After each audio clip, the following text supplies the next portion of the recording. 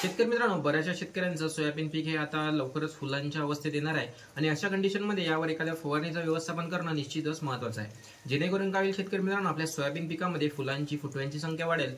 त्याचबरोबर आपलं जे काही सोयाबीनमध्ये येणारी पानं खाणारी अळी आहे किंवा जी काही अळ्या आहेत यावर आपल्याला चांगल्या पद्धतीनं नियंत्रण करता येईल आणि सोबत आपलं सोयाबीनचं उत्पन्न देखील वाढेल.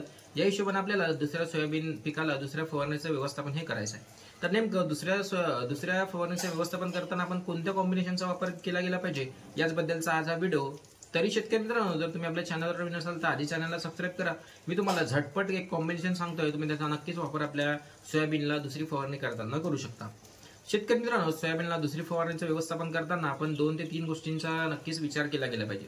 एक म्हणजे आपण अळी नियंत्रणासाठी एखाद्या चांगल्या कीटकनाशकाचा वापर करणं तिकडे खूप महत्त्वाचं आहे. दुसरं म्हणजे फुलांची संख्या वाढवण्यासाठी सुद्धा एखाद्या चांगल्या बायोस्टिम्युलंट प्रोडक्टचा वापर करणं तिकडे गरजेचं आहे. आणि शेतकरी मित्रांनो, जे काही बुरशीजन्य रोगाचा प्रादुर्भाव होत असतो त्याच्या नियंत्रणासाठी एखाद्या आपल्याला चांगल्या बुरशीनाशकाचा इकडे वापर करणं खूप गरजेचं आहे. आणि शेतकरी मित्रांनो, तुम्ही यामध्ये एखाद्या विद्राव्य खताचा सुद्धा वापर करू शकता, पण ते आपण पुढे पाहूया.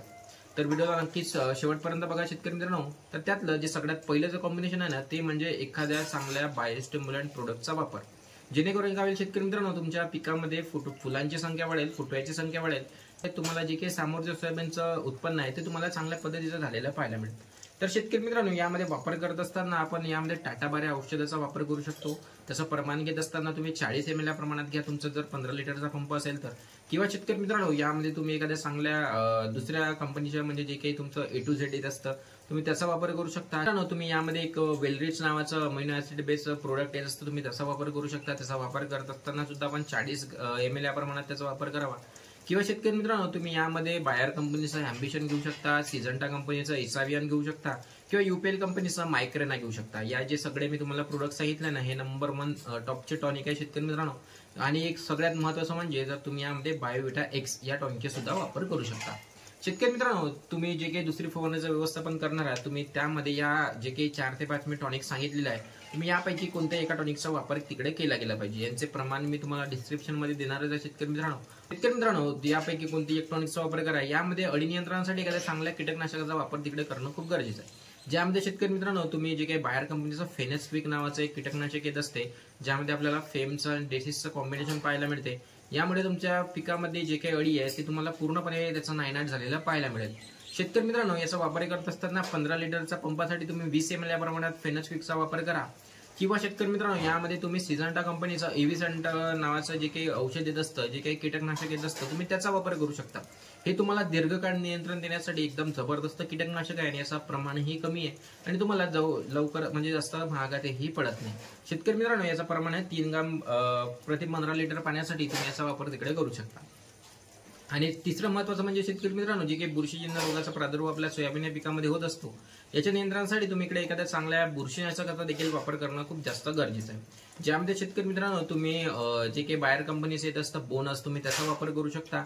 त्याचा वापर करत असताना तुम्ही 20 ते 25 ml या प्रमाणात त्याचा वापर करा. किंवा शेतकरी मित्रांनो, तुम्ही यामध्ये जे काही UPL कंपनीचं ट्रिडियम नावाचं एक नवीन फंगिसाइड मार्केटमध्ये आपल्याला पाहायला मिळते शेतकरी मित्रांनो, तुम्ही त्याचा सुद्धा वापर करू शकता. त्याचा वापर करत असताना तुम्ही 30 ग्राम या प्रमाणात 25 ते 30 ग्रामच्या मदत तुम्ही त्याचा वापर करू शकता. आणि अचूक प्रमाण वापरूनच तुम्ही फवारणीचं नियोजन करा शेतकरी मित्रांनो. बऱ्याचदा काय होते, तुमचे पंप हे 18 लिटर 20 लिटरचे असतात आणि मी तुम्हाला प्रमाण 15 लिटरच्या मानाने सांगतो. अशा वेळेस बिलकुलही चूक करू नका. तुम्ही जे काही तुम्ही औषध आणता तिकडून तुम्ही एकदा कन्फर्मेशन करूनच त्याचं प्रमाण योग्य प्रमाणे टाका. आणि एक सगळ्यात महत्त्वाची गोष्ट म्हणजे शेतकरी मित्रांनो, जर तुमच्या सोयाबीन पिकाची खूप जास्त वाढ झालेली असेल आणि तुम्हाला वाढ नियंत्रणात आणायची असेल तर अशा वेळेस शेतकरी मित्रांनो, तुम्ही इकडे कल्टर किंवा टाबोली याचा वापर करू शकता. पण त्याचा वापर करत असताना त्याचं प्रमाण हे योग्य असणं गरजेचं आहे. जर तुमची सोयाबीन अतिरिक्त वाढलेली असेल तर तुम्ही यामध्ये जे काही बायोस्टिम्युलंट ते स्टॉप करून द्यायचं, ते घ्यायचं नाही. त्या जागेवर तुम्ही कल्टर किंवा टाबोली घ्यायचं. शेतकरी मित्रांनो, ही एक गोष्ट नक्कीच तुम्ही लक्षात घ्या. त्यानंतरच तुम्ही दुसऱ्या सोयाबीनचं जे काही दुसरं सोयाबीनला तुम्ही फवारणी करणार आहे त्याचं वेळापत्रक किंवा त्याचं नियोजन आहे. शेतकरी मित्रांनो, ही माहिती तुम्हाला जर खरंच आवडली असेल तर व्हिडिओला लाईक, आपल्या चॅनलला सबस्क्राईब आणि हा व्हिडिओ जर शेतकऱ्यांपर्यंत शेअर नक्कीच करून घ्या. धन्यवाद.